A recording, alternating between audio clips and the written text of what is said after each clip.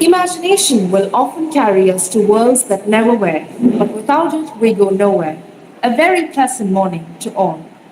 I deem it a great privilege to be a part of today's wonderful discourse on surpassing limits of imagination, changing trends in Indian English fiction.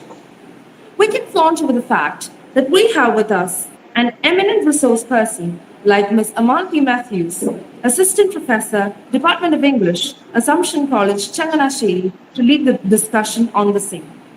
Let's begin today's session with a silent prayer.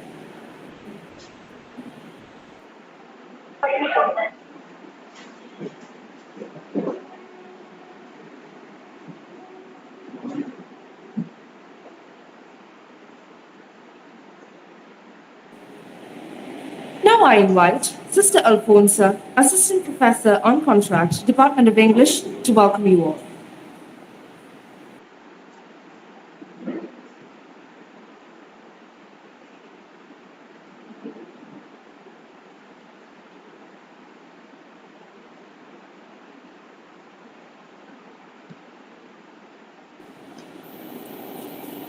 Good morning, everybody.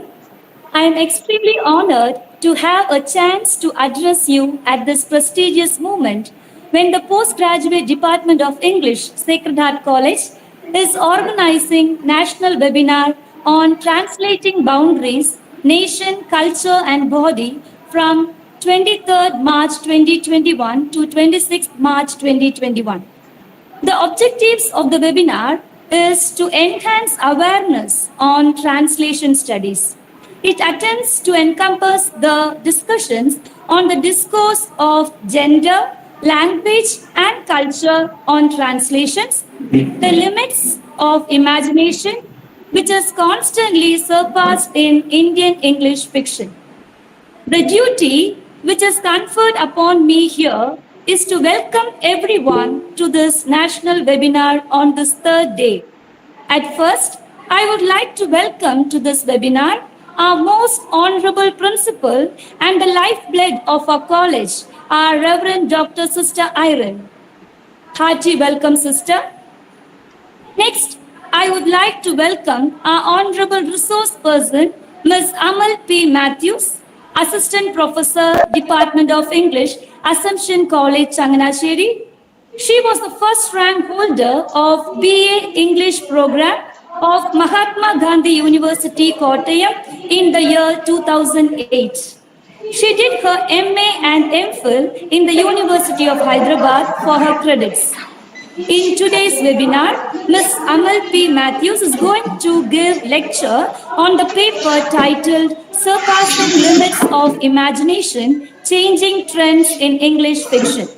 In this session, she will introduce a handful of fiction belonging to the area of Indian English, and she would analyze the evolution, growth, and changing trends in storytelling to bring in the multifaceted approaches by Indian writers. Ms. Amal P Mathews, I extend a very hearty welcome to you. I consider it is not only my privilege but the honor of our entire department to host you as a dignitary and the resource person for this third day of national webinar. I cordially welcome Ms. Amal P Mathews to the webinar. Next, I would like to welcome Ms. Bindu Jose, our head of the English department. She is the provider of energy and support for the department. Welcome, ma'am. Next, I would like to welcome all the professors, research scholars, and students from other colleges who are keenly waiting to participate in this session.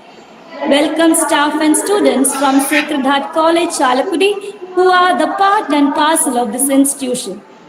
And last but not the least, I would like to welcome all the dear well-wishers who have constantly extended their love and support to all the high prospects of this college.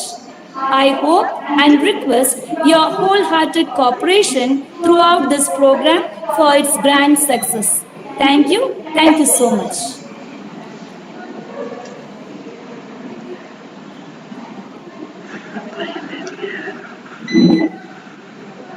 Good morning.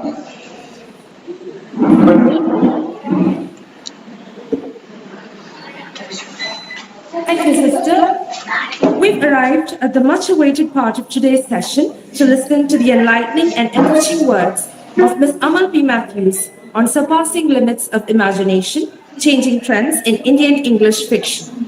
The audience may post their queries in the chat box of the Google Meet or that of the YouTube Live. Over to you, ma'am. Thank you. Good morning.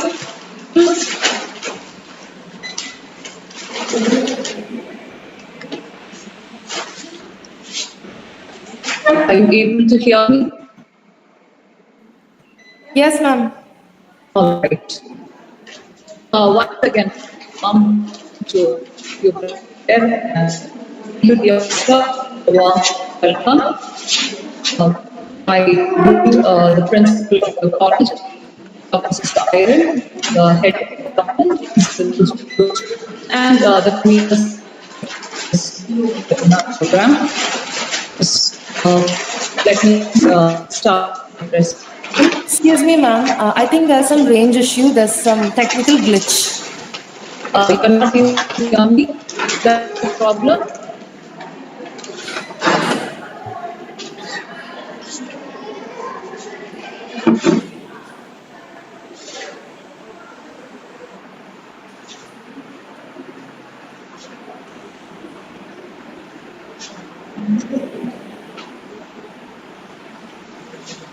Is it better now? Any better? Are you able to hear me well? Yes, ma'am. You feel it's better? Yes. All right, give me a second, 1 second.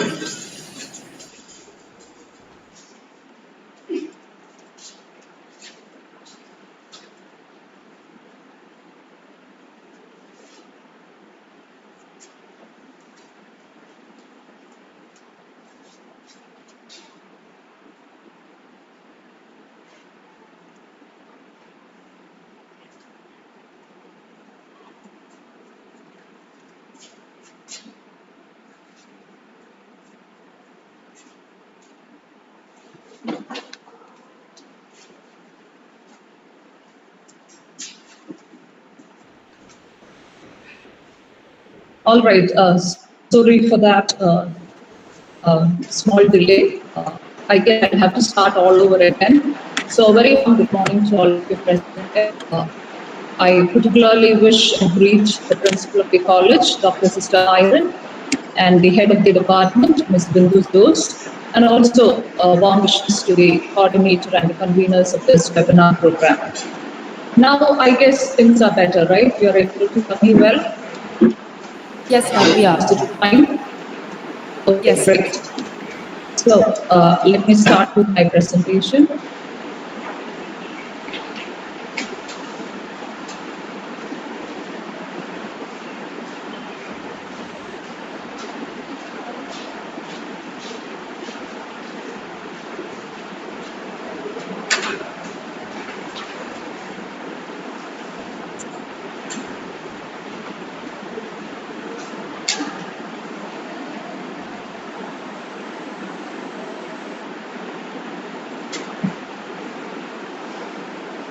Okay, are you able to see the screen? The slide?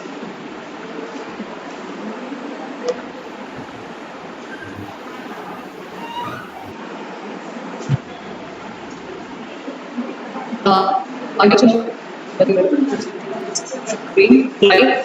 Ma'am, there is a glitch in the audio. Okay. All right.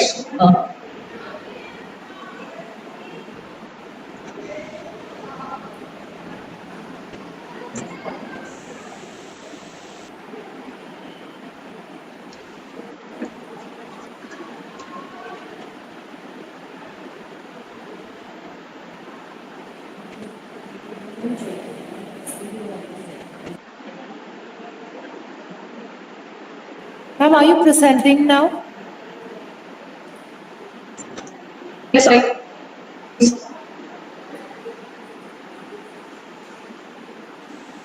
Ma'am, there's some kind of a glitch in the audio.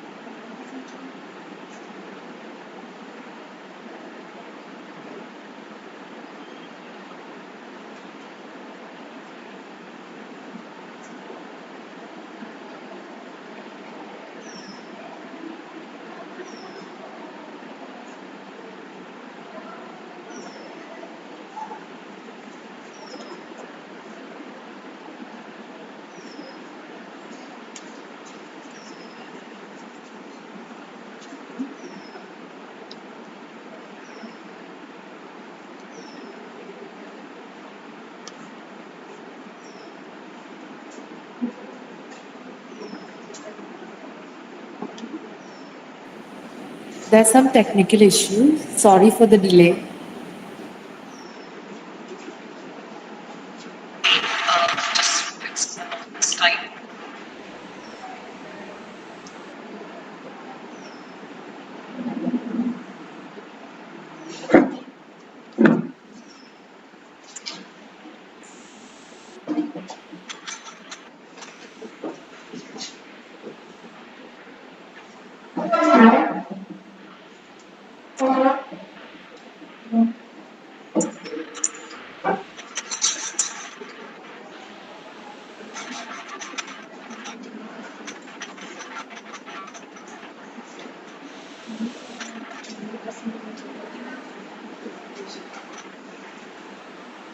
Let me screen.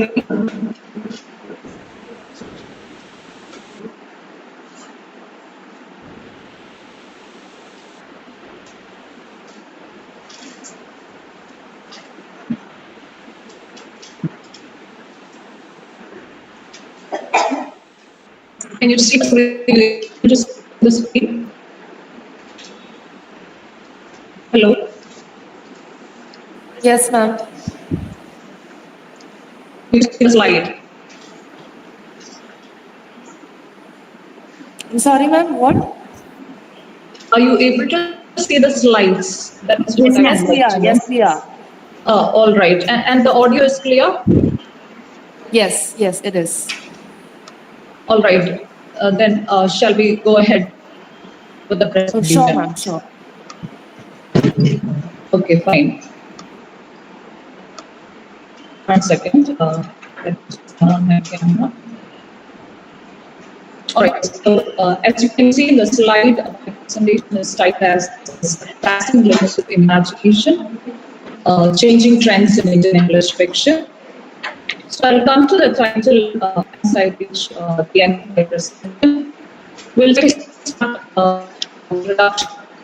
So this is short form introduction. So we Excuse me, ma'am.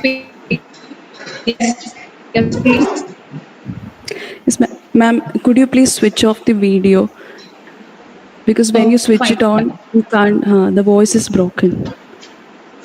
All right. I have switched it off. Please let me know if you face any difficulty in listening to me. Okay. Yes, ma'am. All right. So in the introduction, as you can see, we are going to trace the evolution, growth, and development of Indian English fiction. And this lecture or this session would also try to analyze the stylistic features of a handful of novels down the ages in the history of Indian English fiction. So these novels, these handful of novels, they're just random selections. I haven't followed any particular criteria or pattern for this. And these are, in a way, they are my personal favorites, or they are those novels which would focus or which would showcase a set of themes and a set of preoccupations. So we'll come to that in a moment's time. Also, the statements are aimed to understand trends and moods of storytelling, the varied modes employed by the storytellers, varied modes employed by the creative novelists. So basically, this is a survey of Indian English novels to explore the critical and research questions that they have pondered upon. So this is a quick survey. Within the limited time span, we're going to see a quick survey of the Indian English novels. And we are also going to position these works in the larger framework of historical context and the respective critical tradition or critical approach. We're also going to assess the contribution of each work to the entire oeuvre of Indian English fiction. And thus, it would help us to map the changing trends and the emerging new dimensions of Indian English fiction. So we know that though it's foreign in its origin, English has been adopted in India as a language of education and literary expression, besides being an important medium of communication on a vast scale. So the term Indian English literature connotes literature written in English by Indian authors. And as Braj B. Chalakudy, the renowned critic says, this term is linguistically significant.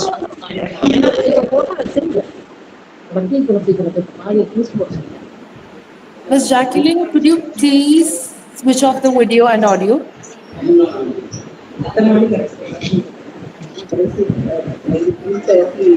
Ms. Jacqueline, your camera and your mic is on. Can you please switch it off?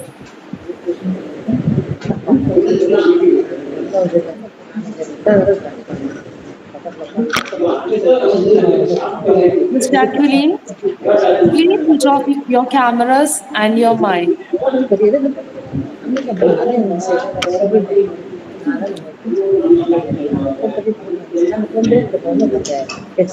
All the participants are requested to switch your mics and cameras off.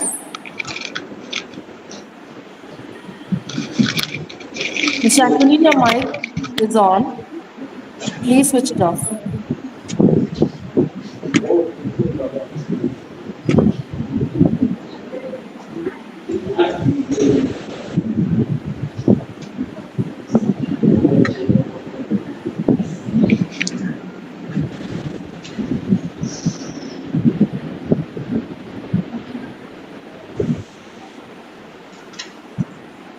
Okay, ma'am. All right. Yeah, all right. So back to what we were discussing. So, the term Indian English literature connotes literature written in English by Indian authors. And this term, as the renowned critic explains, Braj B. Chalakudy says that it is linguistically significant and contextually self-explanatory. So Indian English literature is a curious native eruption, an expression of creative genius of the Indian people. And it is not an extension of English literature. It is essentially Indian in identity because it reflects our cultural and linguistic unity. It bears the indelible stamp of Indianness, which implies language, modes of perception, behavior of the people, and traditions that have emerged over the years in India. So Indianness implies the sum total of the cultural pattern of ideas and ideals, political, economic, and spiritual that constitute the mind of Indian writers, first later in India or outside. And it refers to the body of work by writers in India who write in English language and whose native or co-native language could be one of the numerous languages of India. It is also associated with the works of members of the Indian diaspora settled outside India.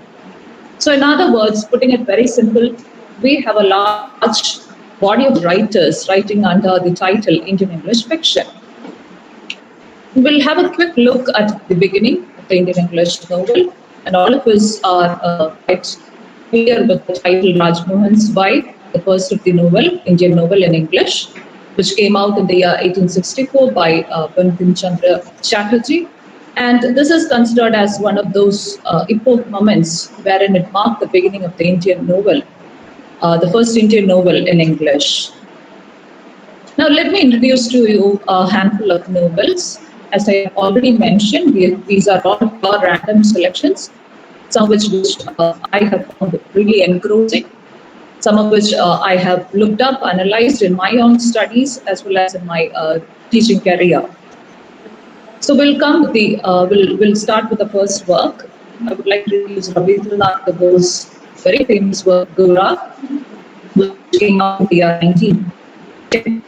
We're not going to see the sum of many of these works in this section, but rather we'll just see a few of those very variations of these novels and the kinds of critical approaches that we could use in interpreting works. So, in this novel, we can see that the concepts or the theme nation making and colonial modernity were rather very much focused upon, were very much highlighted upon by Tagore. And the novel was claimed as, or the novel was hailed as a novel of ideas because it was noted for its very strong polemics, for its very clear and confident discussions of those times, particularly the two main items which was reflected in the novel. One was the Hindu-Brahmo controversy, and the second one was the need for political freedom. So please note the year, you will understand that this is the time when the nation was striving towards freedom and the struggle was going on. So the times of the incipient nationalism was also very evident in this works. The kind of dialectical conflict between the reformers and violent movements is also evidenced in this work. In very simple manner, it also reflects a young man's search, and refers to the title chapter Gora, the search for harmony and unity in his country. It is also an expression of the concept of truth and its lasting significance. The questioning of the implicit faith in tradition and culture, which is bound up in the fetters of the society, was another very important theme that this novel dwelt upon. So now this conflict of ideals versus reality. The ideal versus reality was a very pertinent theme in all instances and in all times. This upon this novel. And this novel was considered as a literary classic with immense social value, and also as a very known social document that they piece. Also get a glimpse of Tagore's own belief that such a fact, harmony. So also get to see the Excuse me, ma'am. It seems the audio is not clear. Oh, all right, one second.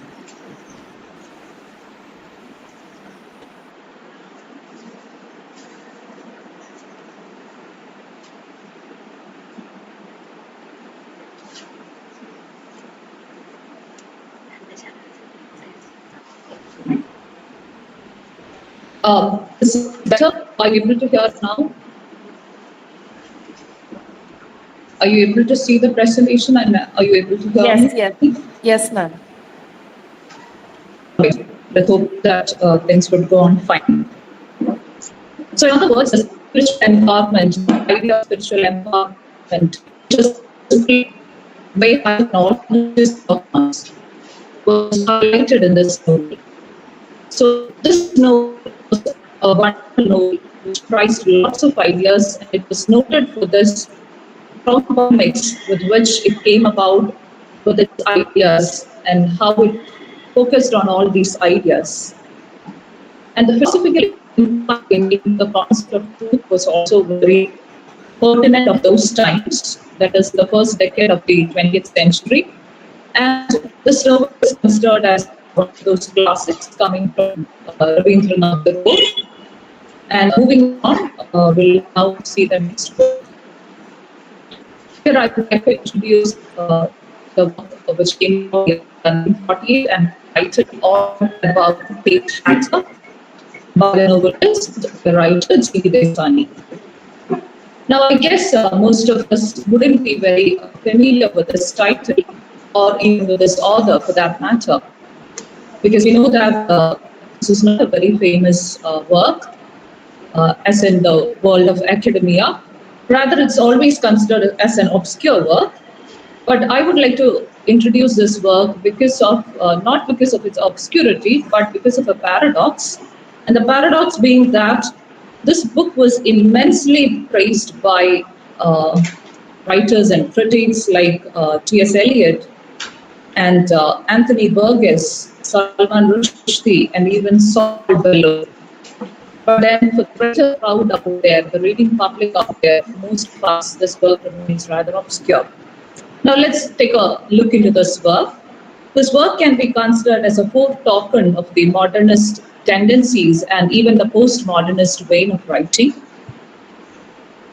Even when it was not really known about, or it's not really known among the reading public, it had immense scientific features, which made it gain the name a modern classic. One of it is the eccentric station, another is the wry humor, and another is the way in which it manipulates English language. Because in the words of Salman Rushdie, this work is dazzling and puzzling the leaping piece of work. And also says that it tries to go beyond the Englishness of the English language. Rushdie, in other words, is paying a literary tribute to Rushdie. Rushdie is trying to say that he was very enamored with this work. And you can also anticipate the style of Rushdie and many of the books that he writes, which was anticipated in this particular work. However, some other critics who did not have the view, and one of them, the noted one is the famous clear-cut boy, who had a very dismissive tone and attitude towards the work.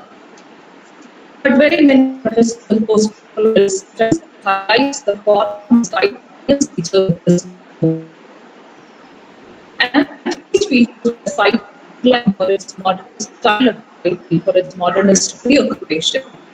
But interestingly, it was well received at the high research of Britain. And Eliot says about this work as Eliot says about each chapter as a remarkable work. So even when the writers out there gave enormous praises to this work did not do much of a critical response. There was only a lukewarm response. Some of them did things to Joyce's work, which is why we have a reference to the Ulysses. It's all about each chapter can read it as Ulysses. And one of those later editions, which I put with edition by Anthony Burgess, again, there are some importance to this. All the students Plus, there was a retaining of the status of this work as modern Gothic. Again, the manipulation of English language is interesting because you do not have a. I repeat, all the teaching staff, non-teaching staff, and all the students are instructed to assemble in the college auditorium at 11:15 a.m. soon after the interval. Thank you.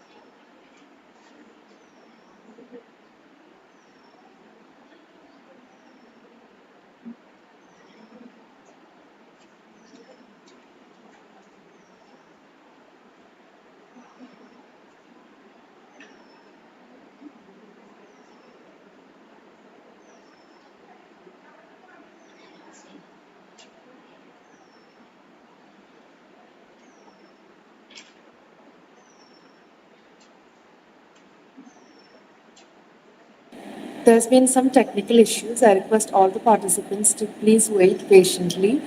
I apologize for the inconvenience.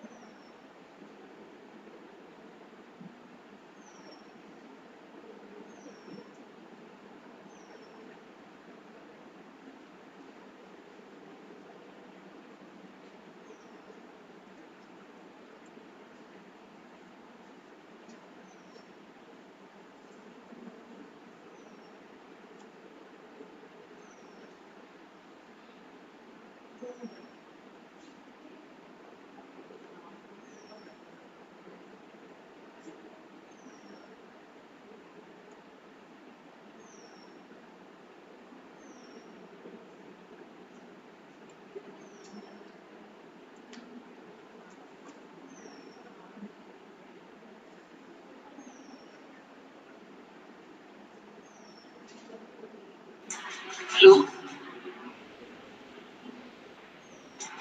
Hello? Hello?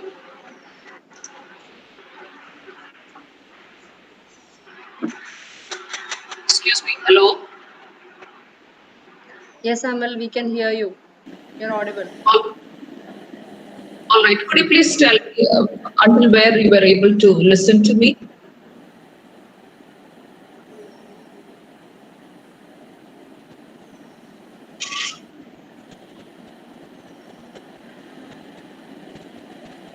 Hello?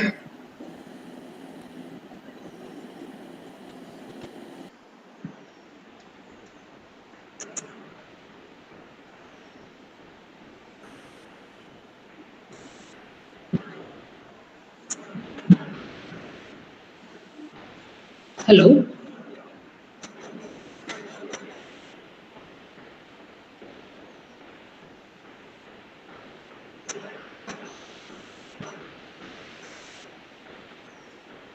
Excuse me?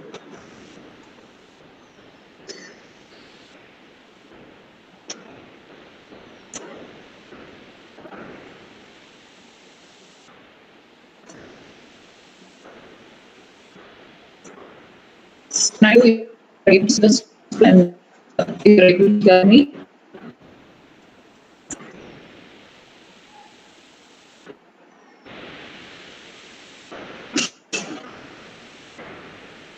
Hello? Could you please tell me if you're able to listen to me? If you're able to see the screen? I'm very sorry for the technical trouble.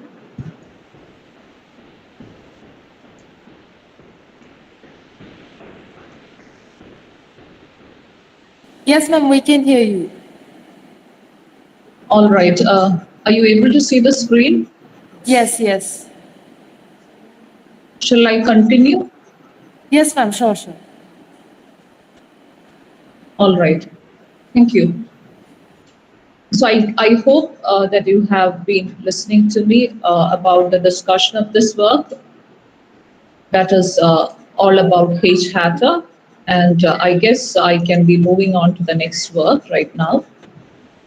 And I guess the next work is rather familiar to many of you out there, the work by Rajaravu.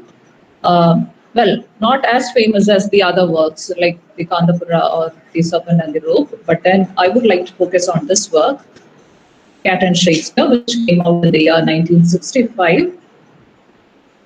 This work is known for its heavy leanings on Indian philosophy, for its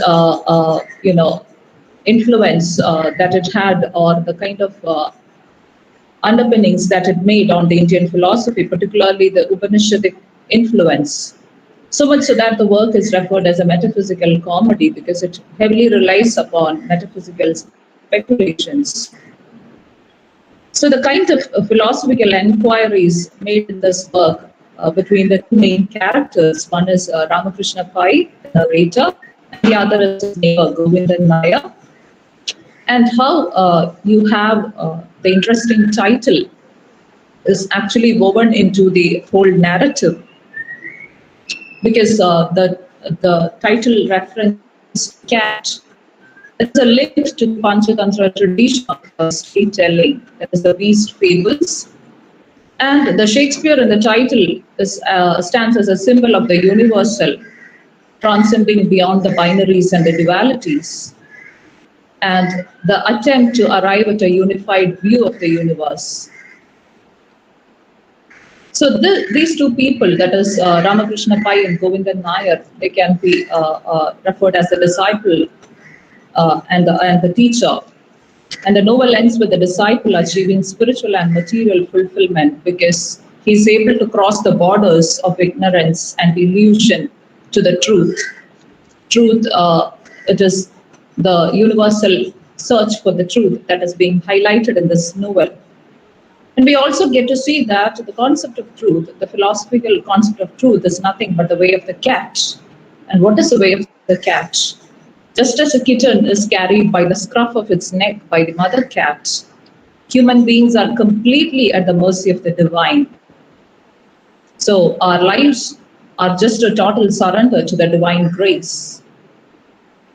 So this work, very much known for its metaphysical speculations and philosophical inquiries, particularly the reference to the concept of truth, and the interesting title of the heterogeneous pairing of cat and Shakespeare is also worth mentioning, which makes this work stand out from the rest of his works or the rest of the titles from Rajarao. So as you can see, it came out in the year 1965. Before I move on to the next novel, in these first three novels that we have just looked up, we have seen how the concept of truth or how the concept of philosophical inquiries or spiritual empowerment or how a search for a higher level of spirituality was predominant in most of the works of those early times of the past century. Now let's turn our focus to the next work. And this is the work by Kamala Markandeya, and the work's title is The Nowhere Man, which came out in the year 1972. I've taken up this work because for its very many interesting features, particularly the way in which this work can be seen as a foretoken of many of those critical approaches that we talk about and that we deliberate upon in the present-day contemporary world scenario. It anticipates the body narratives and the disability studies and vulnerability studies and disease narratives, and even liminal identities that mostly rule the roost of the day. So this is basically a diasporic fiction set in London, and the key theme would be alienation. And you have the central character by name Srinivas, an elderly man who is affected with leprosy. So the kind of reference given to the image of illness and the kind of importance to disease narratives, and particularly to concepts like health, wellness, body, disease, all these points or all these features are brought out in this work in a very explicit and subtle manner. Now, what is interesting in this diasporic fiction is that it also throws light on the generation gap between parents and children. Now, this is a very common thing, as all of us know, the generation gap. But then think of the first generation immigrant experiences versus the second generation immigrant experiences. And this is the generation gap that Markandeya is talking about, between a set of first generation immigrant parents versus their children, the second generation immigrant, that is the children. Now you can see that this exact idea is vividly portrayed in a later work, that is The Namesake by Jimba Lahiri. And however, for Markandeya, it was a very new terrain and a new theme which she very skillfully portrayed. We also had the clash of the East and the West, particularly with reference to sensibilities, philosophies, and ways of life. And there is also a very clear and sharp portrayal of the xenophobic attitude of the English, the sharp and close scrutiny of the British society, and the way in which they viewed the outsiders, and the way in which the Indians who were settled outside India, and how they were an outsider, and thus in a very borderline the liminalities that they had. You can see that the first point with reference to this narratives, this is narratives, or even body narratives, we had very many so many works later coming up. One of them being dress work would be Sudha Murthy's Mahashweta, which works on the disease leukodema. Also, the famous work by Amitav Ghosh, which is in the backdrop of malaria, also the work by Ahmed Ali, is based on Spanish flu, traveled to Delhi, and the work's title is Twilight in Delhi. So you see how one work can be the forerunner of very many works, how they can be a forepocket, how they can be anticipated of very many other critical works, as well as other creative works, as well as critical approaches. So that's it about Nowhere. Now let's move on to the next work. Again, I guess very familiar work, most of you, coming from Mukherjee. The work is Jasmine, which came on the year 1989. Please note that she has written a short story, a novel by the same name. It was short from Mukherjee by the name Jasmine, and I'm going to discuss a novel, Jasmine. Again, see that some of those ideas and themes, because you have identity. Markanda's themes and Mukherjee's seems to overlapping, because you have a reference to diasporic sensibility, the alienation and creation of the self, the identity, the crisis, and also the immigrant experience with reference to displacement and dislocation, and the struggle for survival in all these future, in all these foreign lands, and how these stories about broken identities and discarded languages, they portray a struggle for survival, and how they come up with the identity transitions that each of the characters have to undergo.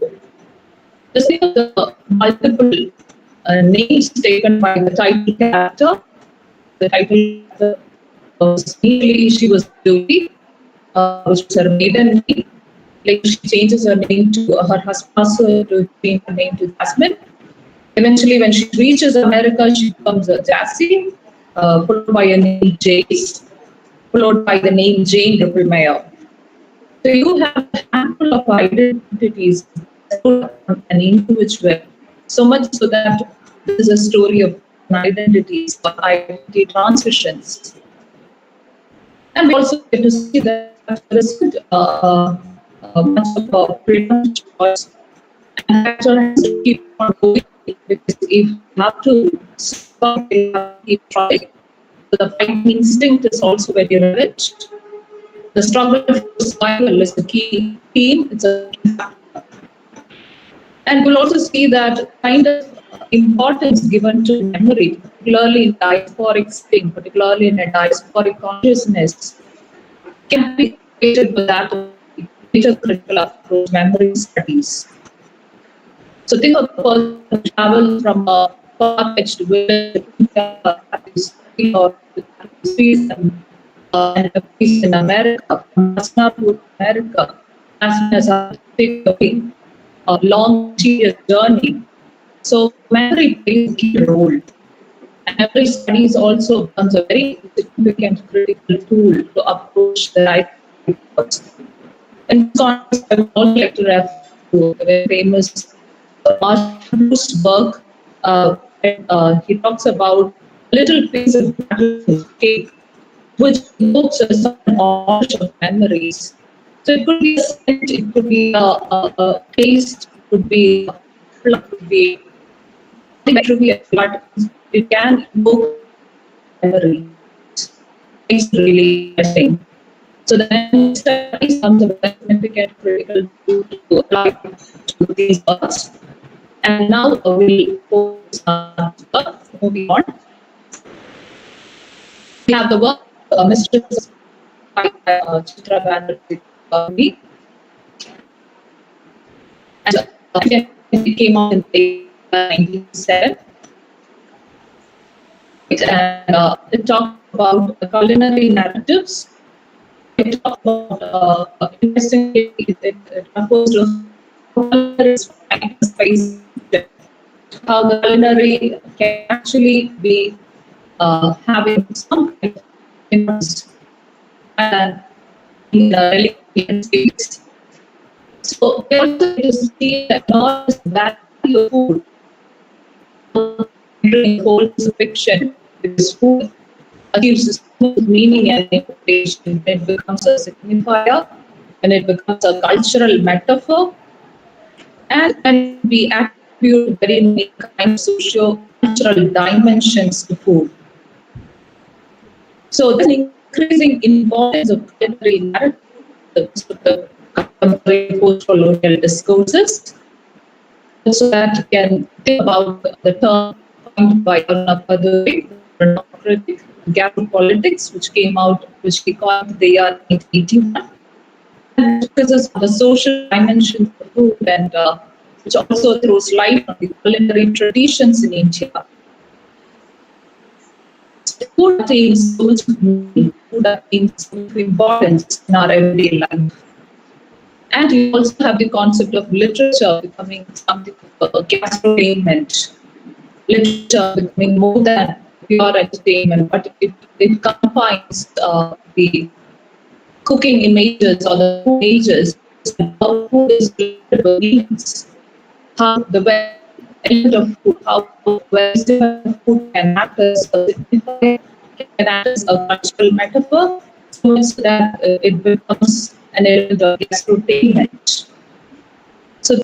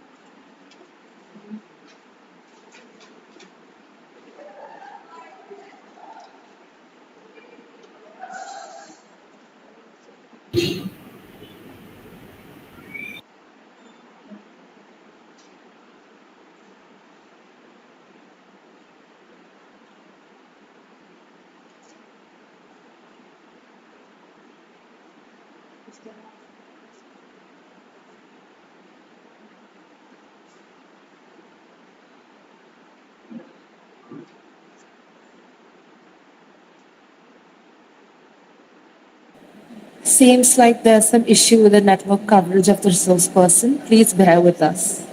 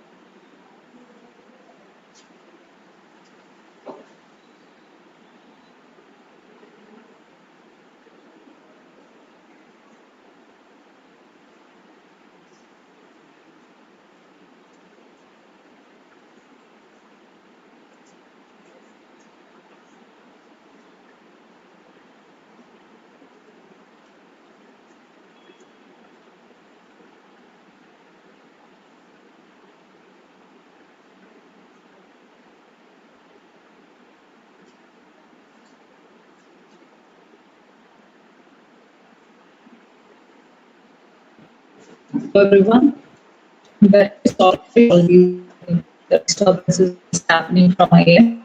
We apologize for the same. I guess you were listening to me about the Untitled Chapter by Bharati Mukherjee. In a minute's time, I will restart with the presentation. Can the college coordinator show the presentation? Because if I'm having all these technical troubles, it would be better if you could be presenting rather than me.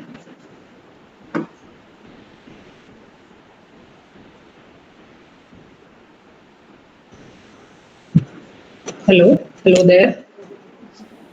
Yes, ma'am, we can hear you. Could you please take over the presentation on account of the technical troubles that I'm facing? I'm sorry, ma'am. Yes, Could ma'am, you please show? we'll present. Oh, all right, great, thank you.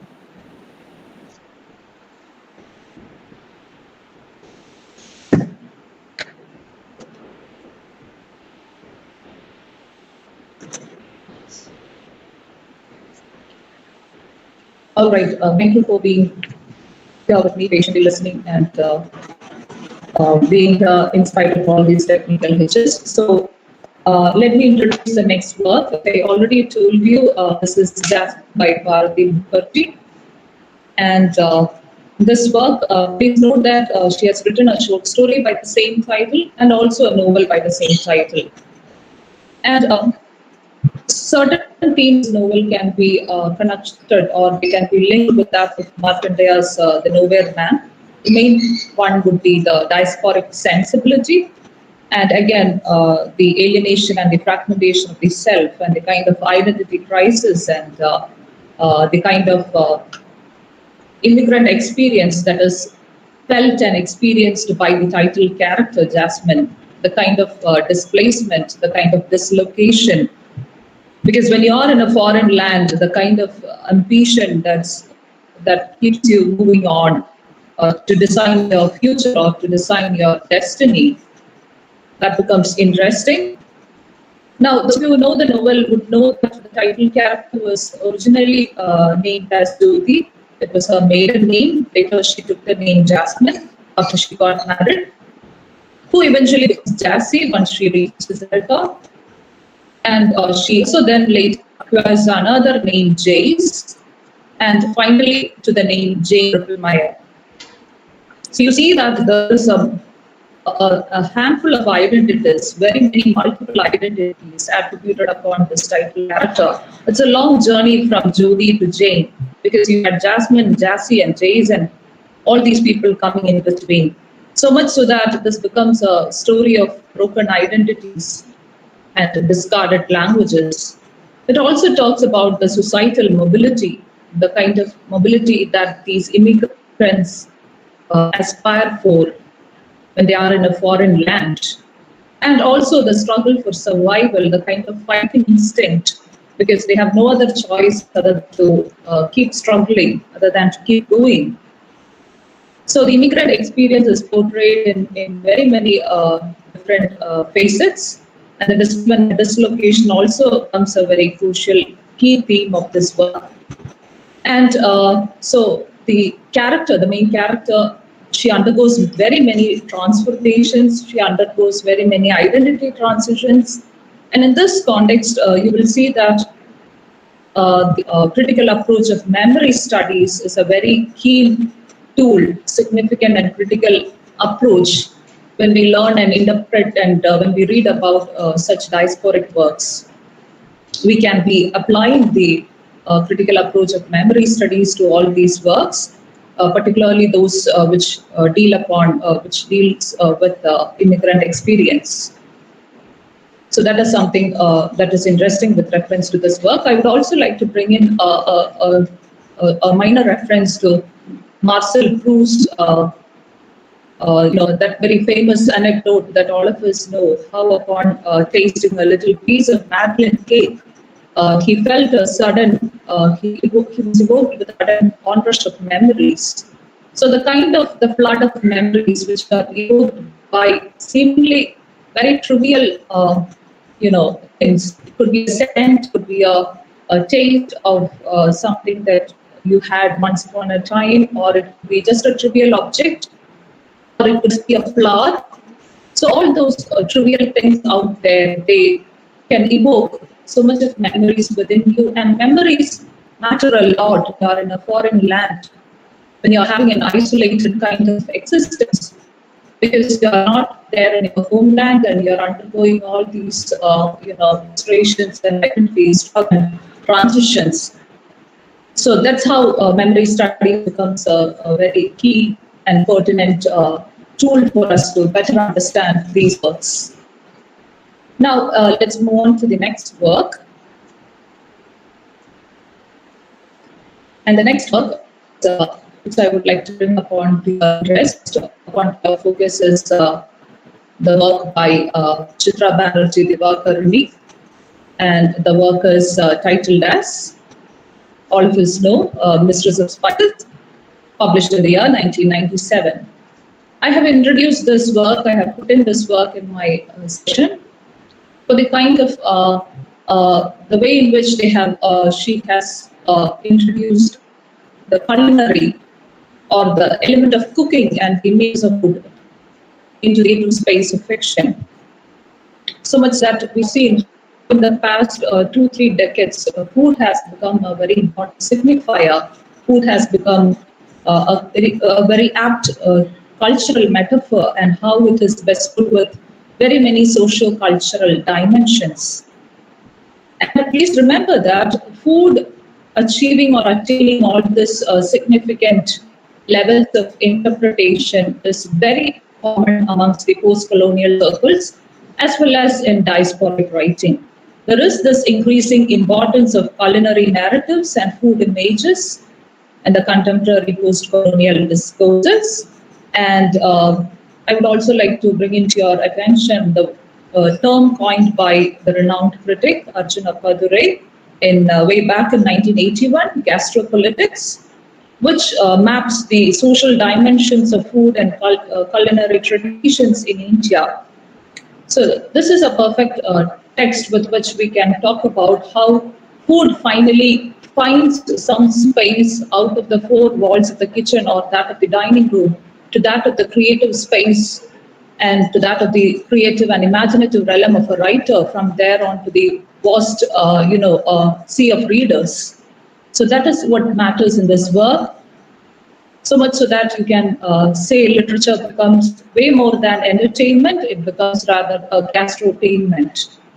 So this is why I would like to introduce this book. And again, we know that if you look upon present research scenario in and around us, this would be one trending research interest that many of our young aspiring research scholars are working upon. The image of food, its discourses, food as a signifier, food as a cultural metaphor, food as a socio-cultural marker.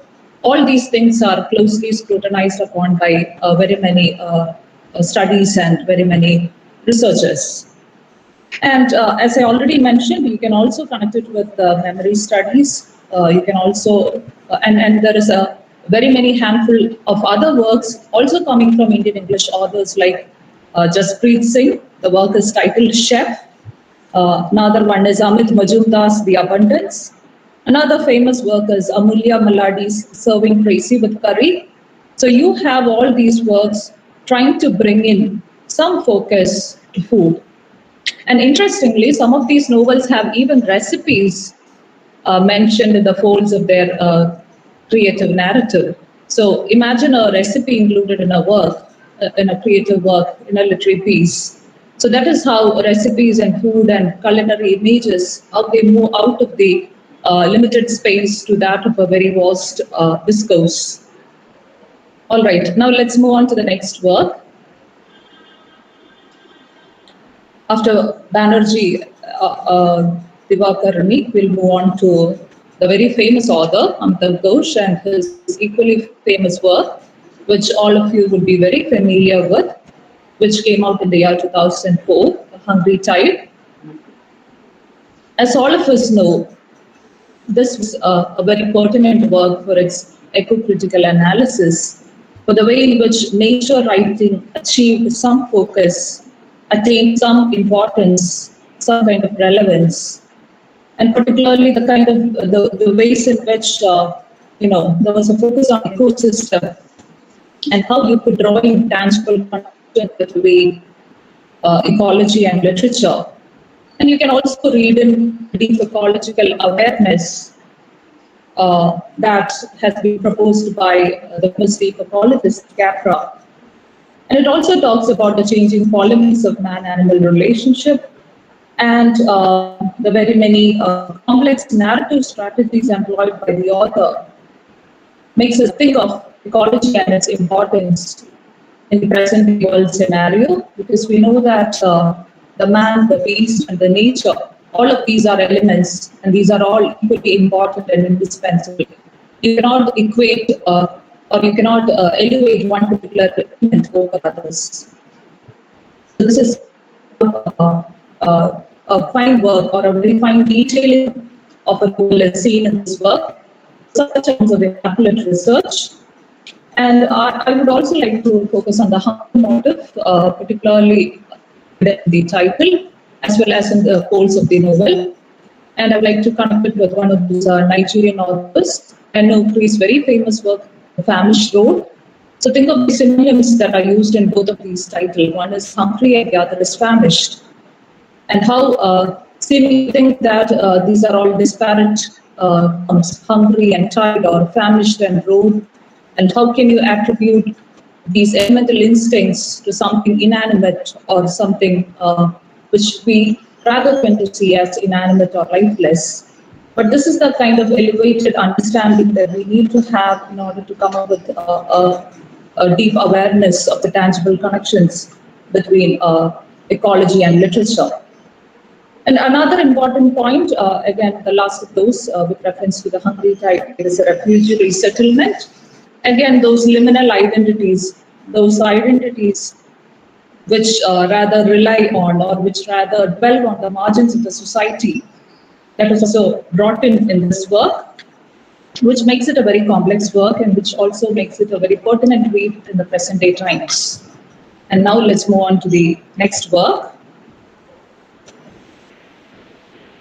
Here I would like to focus on the next work, that is Kiran Desai's The Inheritance of Laws, published in the year 2006.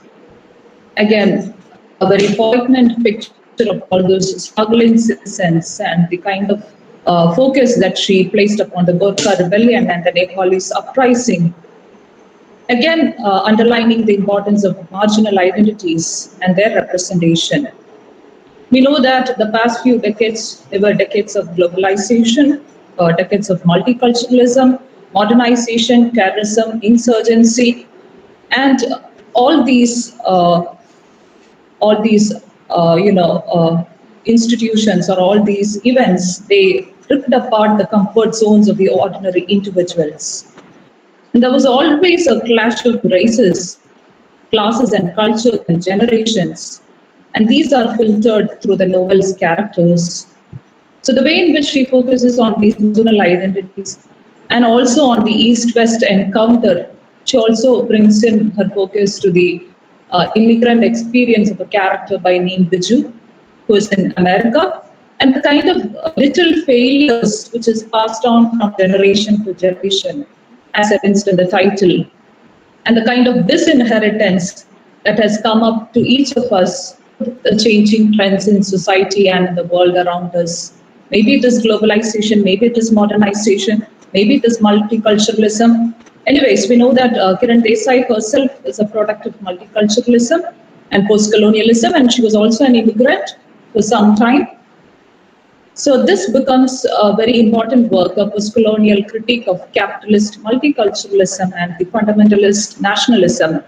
And that is how this work achieves so much of significance in our study when it brings in so very many thoughts into the focus or into the limelight, and then we are made to think about all these different scenarios and through a very wonderful sketch of characters and narrative.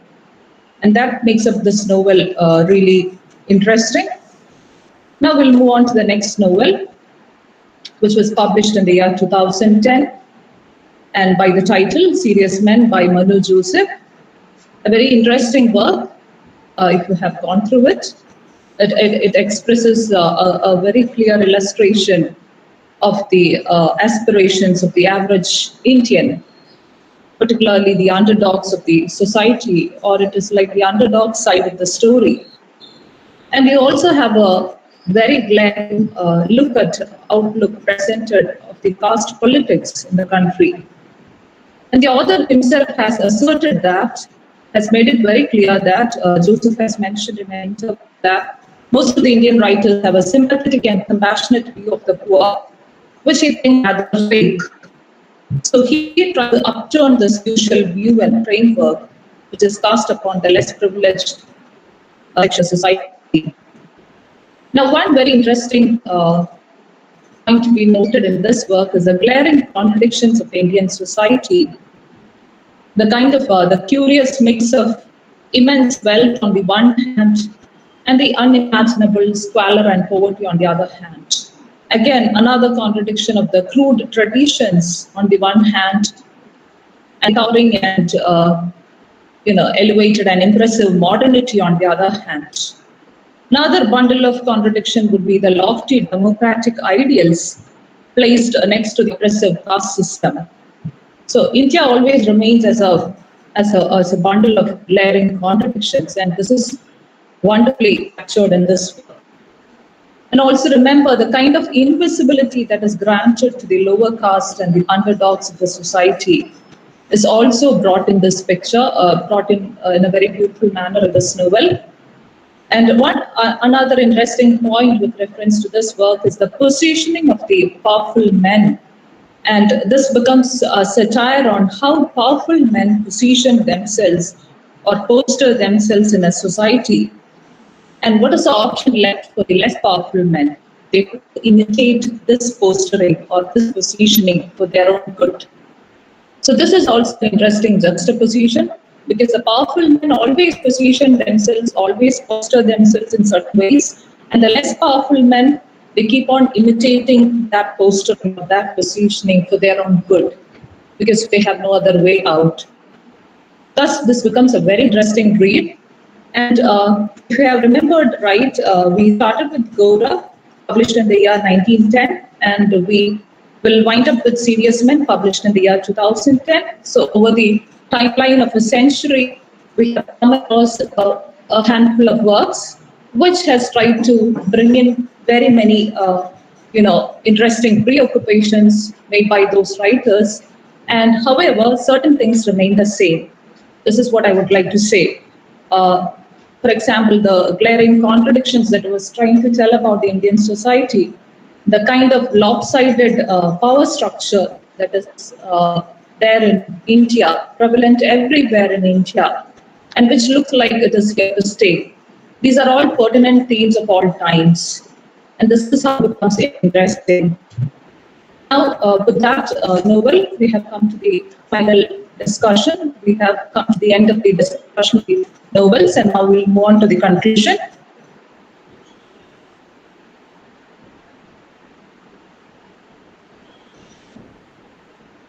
So to conclude, it is so evident that we have seen very many dimensions and very many approaches towards creative writing in all these random selection of novels.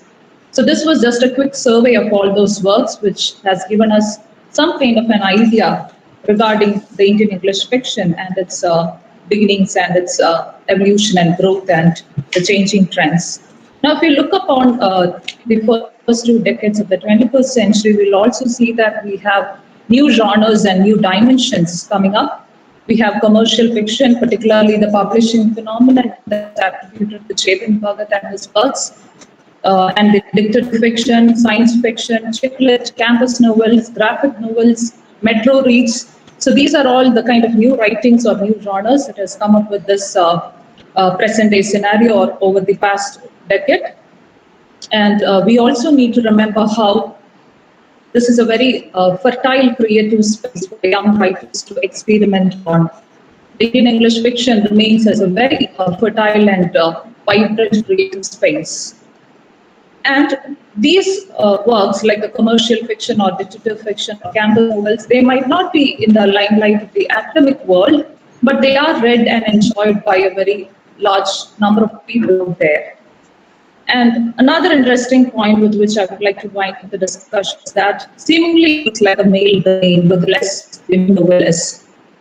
Now, this is the case with even with the world literature, but even in Indian English fiction, we see this glaring absence of women writers. Of course, we have very many famous names out there, but when you altogether tally it, it looks like a male domain rather than a female domain. And another interesting point to be noted is that we have certain perennial, timeless themes which are here to stay. They get repeated, they get reiterated every now and then.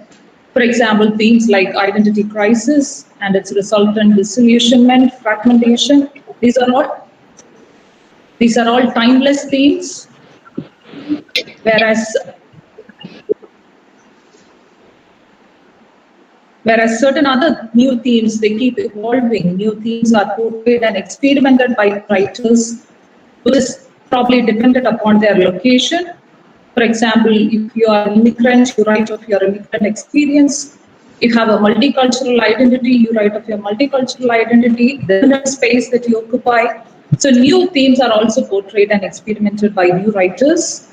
And we also have the multiple ways with which the writers negotiate their varied experiences.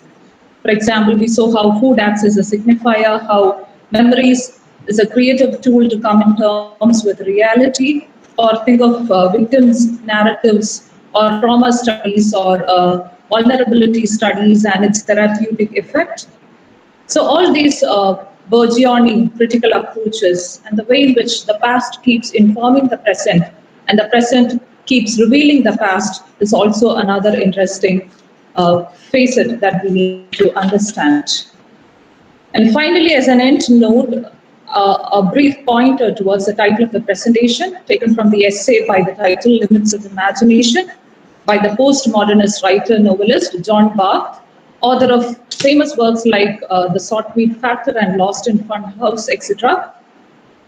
Barth discusses his relationship with four literary figures, which he has acknowledged as the four dominant deities in his personal pantheon.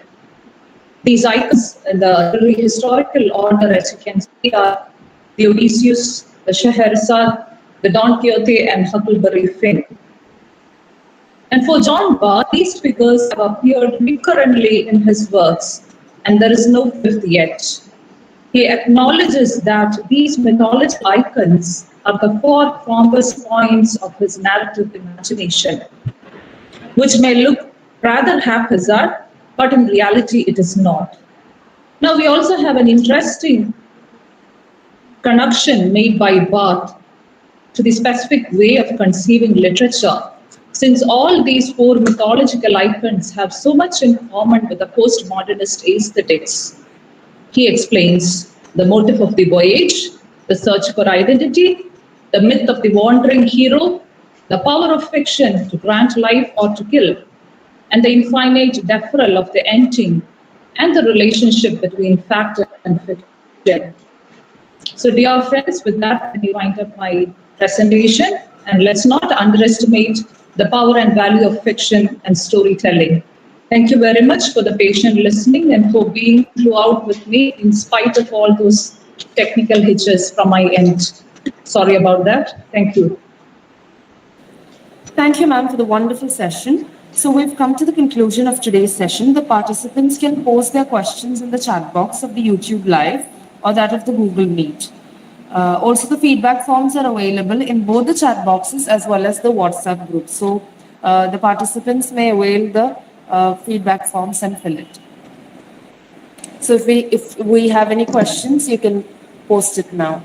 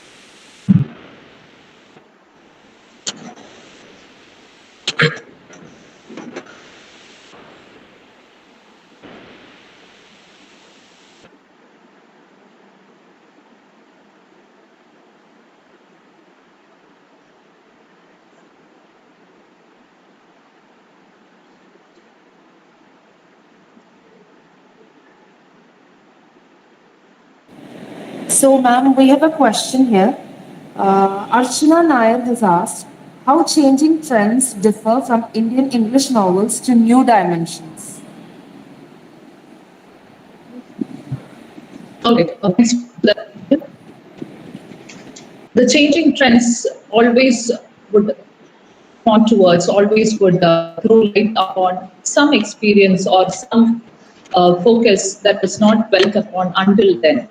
For example, we saw that the novels that were discussed post 1950s, they talk about new experience as people move out, as more and more people become immigrants, as more and more people go in search of the first world countries.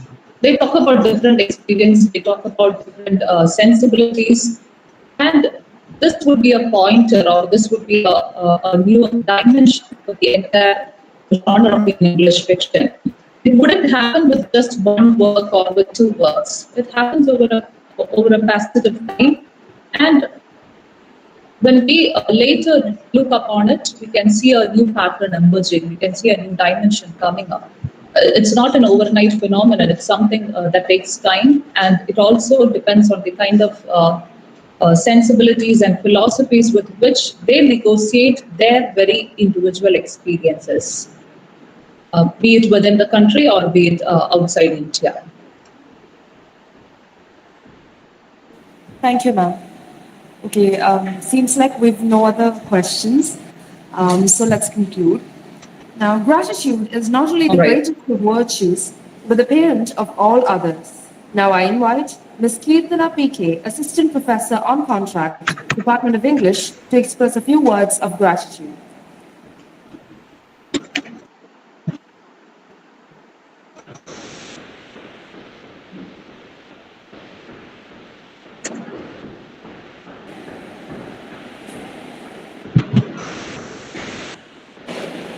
Good morning, everyone. I'm glad to take this opportunity to convey the official note of gratitude. First, I would like to express my sincere thanks to our resource person, Ms. Amal P Mathews, Assistant Professor, the Department of English, Assumption College, Changanacherry, for her efforts and giving an excellent coverage to the evolution, growth, and changing trends in Indian English fiction. On behalf of Sacred Heart College and the Postgraduate Department of English, I express a very heartfelt gratitude to you. Thank you, ma'am, for sharing your findings and opinions with us. Next, I would like to thank our principal, Reverend Dr. Sister Irene, for her guidance and constant support. Thank you, sister. And I would like to extend my heartfelt gratitude to Ms. Bindu Jose, Associate Professor and Head, Department of English, for her guidance, encouragement, and moral support. Thank you, ma'am. Now, I extend special thanks to the webinar coordinator, Ms. Sandra Juliet Jose, and all the other members of the organizing committee for their hard work and coordination. Thank you all. And I also extend a big gratitude to all the delegates and participants for your enthusiastic participation. And today's session had some technical glitches. Thank you for your understanding. Once again, I thank you all for your cordial cooperation.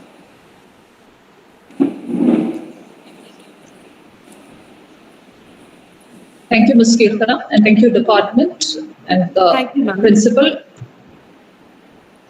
for giving me this opportunity to present a session. And I profusely once again apologize for all those technical troubles. So thank you very much for the encouragement that you have rendered to me throughout the presentation. Thank you. Thank you, ma'am. So we've come to the end of today's session, and we apologize for the delay from the scheduled time. So until tomorrow, stay tuned. Thank you and have a great day.